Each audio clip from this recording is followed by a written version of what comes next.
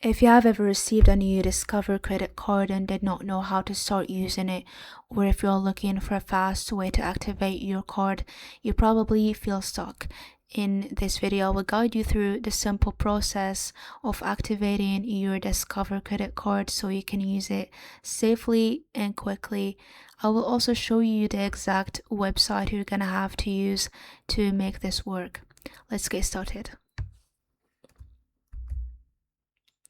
The first thing you're gonna have to do is you're going to open any web browser, then you're going to go to the search bar and type in activate Discover card.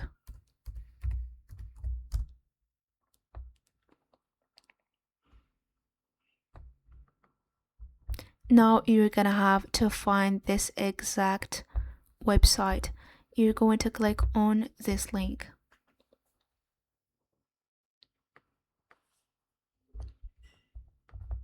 Here, what you're gonna have to do is you're going to fill in the empty bars. You're going to click again on continue and do the same fill in empty bars, and this is how you can activate your Discover credit card. If you have found this helpful, drop a like and subscribe. Thank you for watching. See you next video.